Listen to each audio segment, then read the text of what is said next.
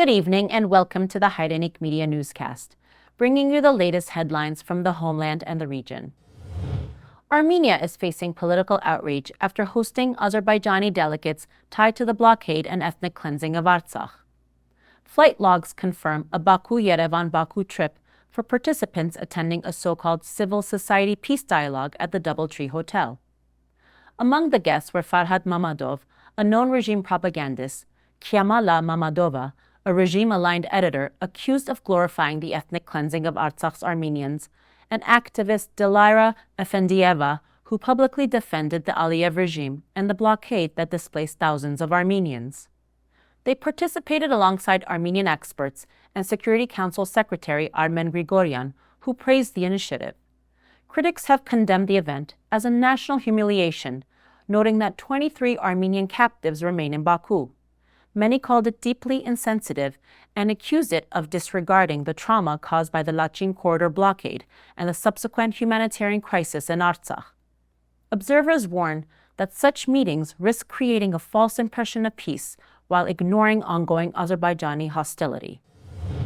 Artsakh Armenians residing in Armenia continue to face significant challenges, according to Artsakh Parliament member Metakse Hakopyan.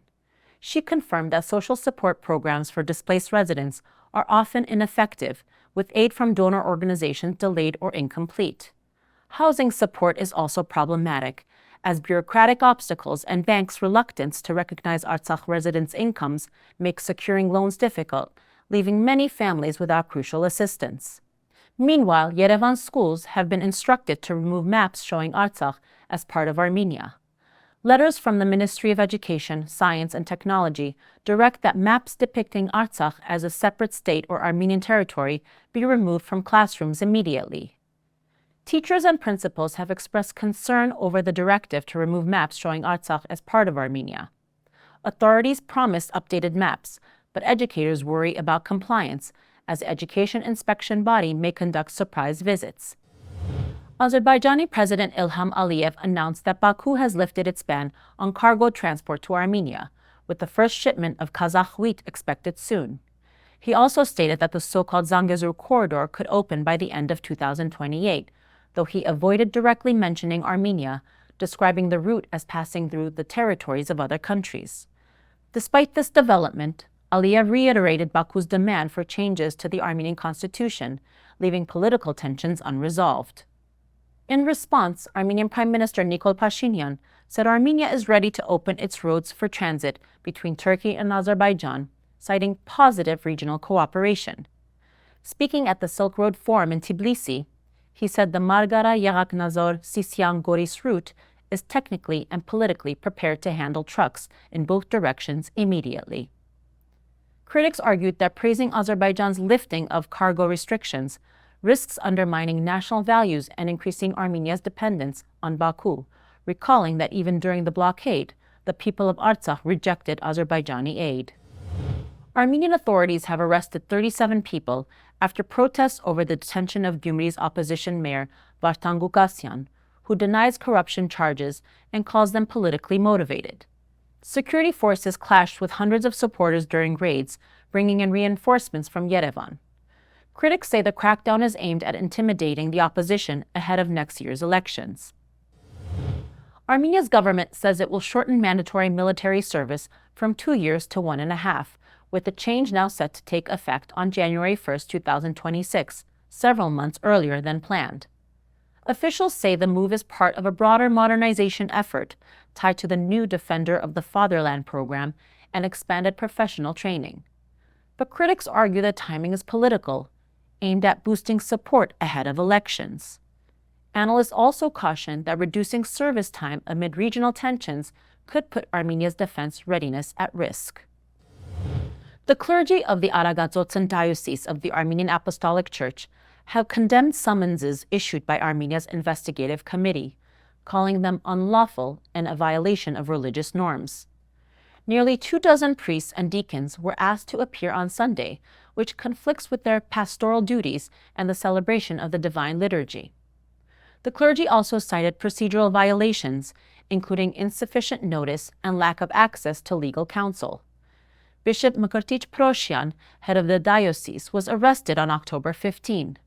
Church representatives described the actions as a coordinated effort by the government to pressure the Church and undermine its authority.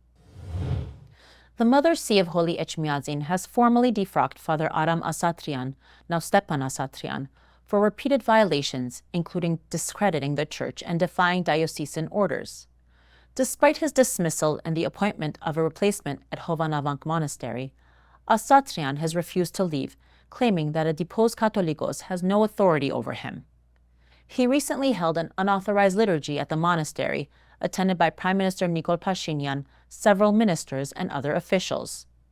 Witnesses report that security detained a protester during the ceremony, and videos of the event have sparked public outrage, with critics saying it highlights the erosion of Armenia's religious and national institutions under Pashinyan's leadership.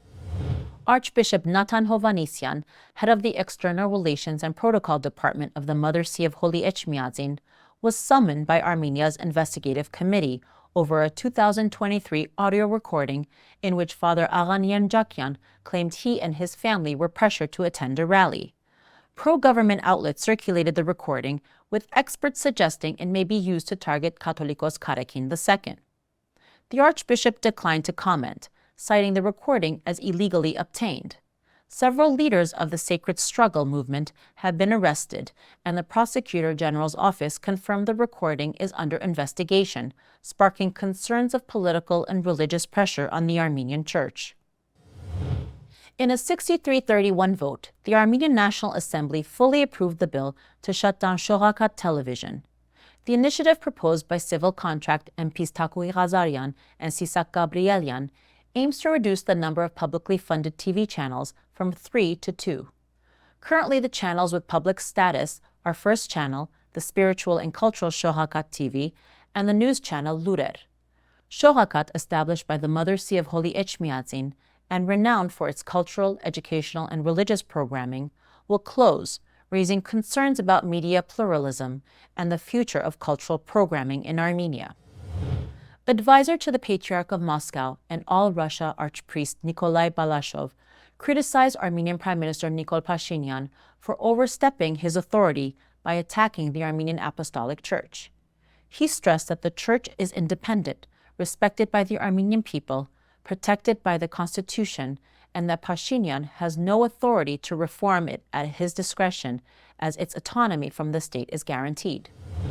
The World Council of Churches has issued a strong statement against the Armenian government, condemning rising state pressure on the Armenian Apostolic Church and recent arrests of clergy. The Council warns that these actions threaten religious freedom and represent unjustified interference in the Church's internal affairs, calling for an immediate end to the harassment and persecution of clergy.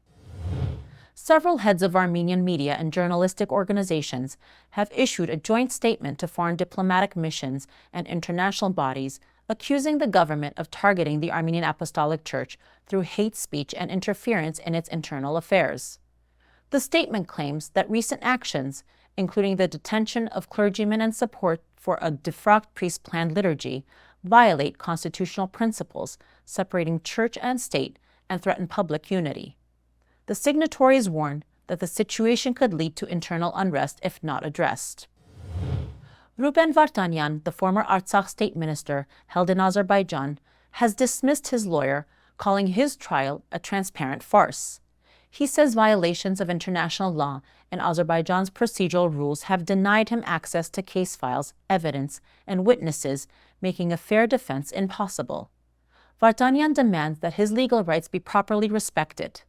He also demands real enforcement of his procedural rights, rejecting the illusion of defense.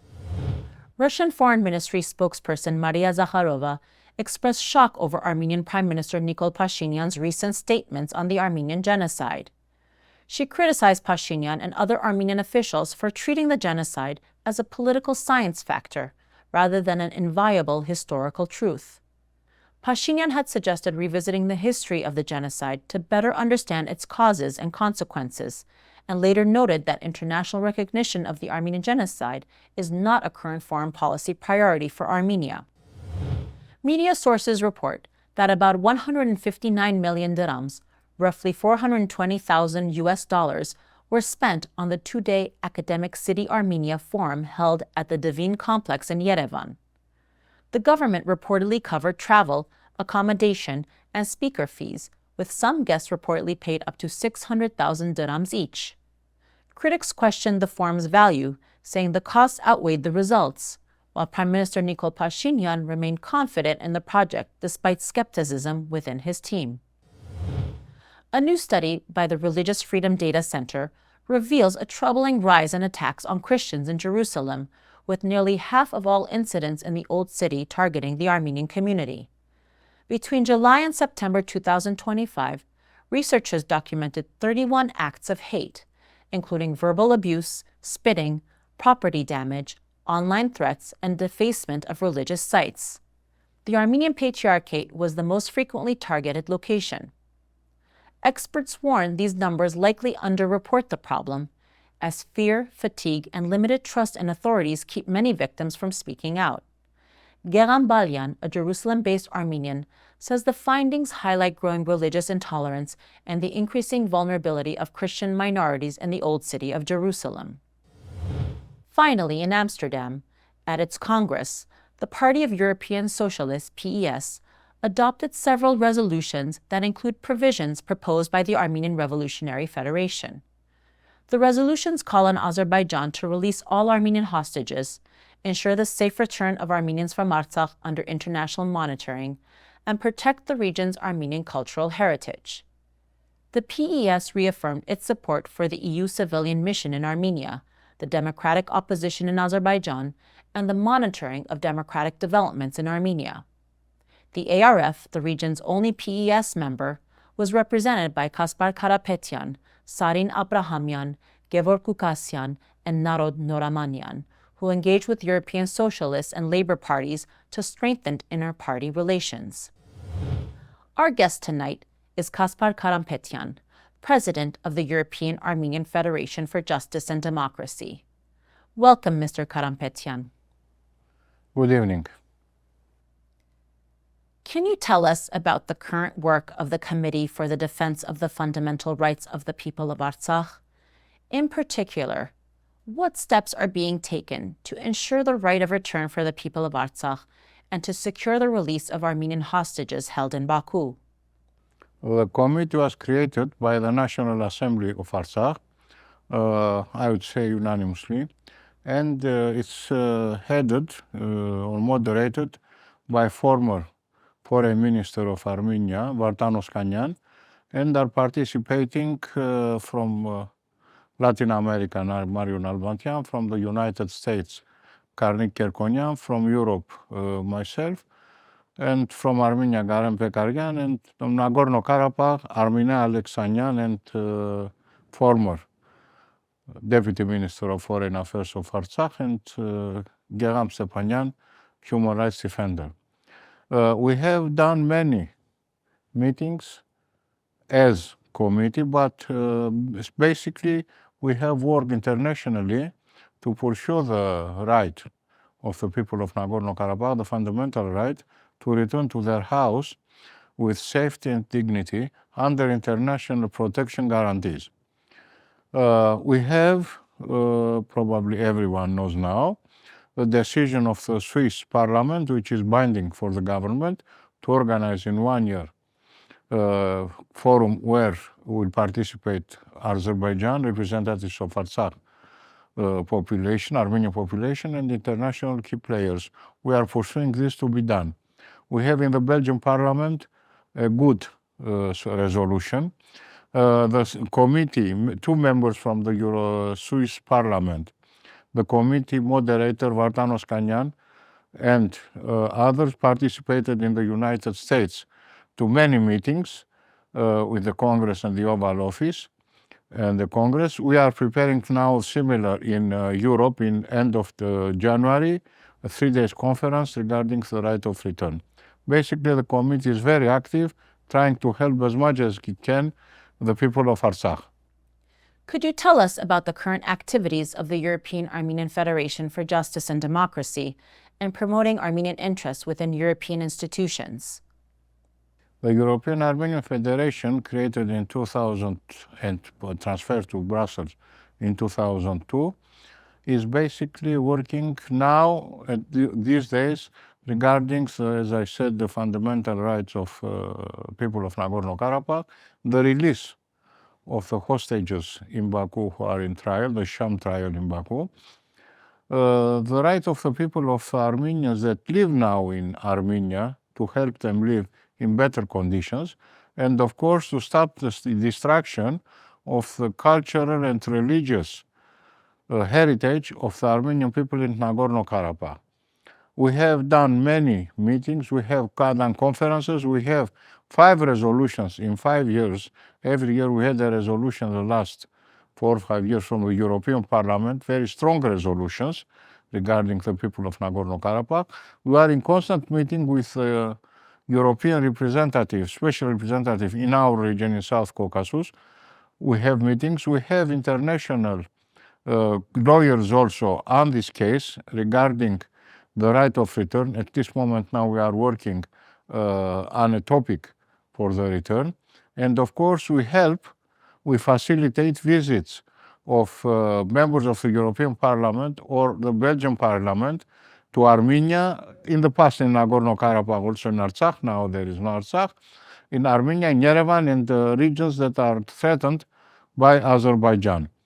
We welcome also visits from Nagorno-Karabakh officials, from the National Assembly, from the government of Nagorno-Karabakh, and we try as much as we can to help them. Of course, we do not forget the recognition of the genocide. We still put pressure on Turkey. Every year the European Parliament mentions it, and we are working with other countries also in Europe so that they recognize. And of course, we always are responsible and we are trying to take care whenever there are problems in any Armenian diaspora, being in Europe or in other parts of the world.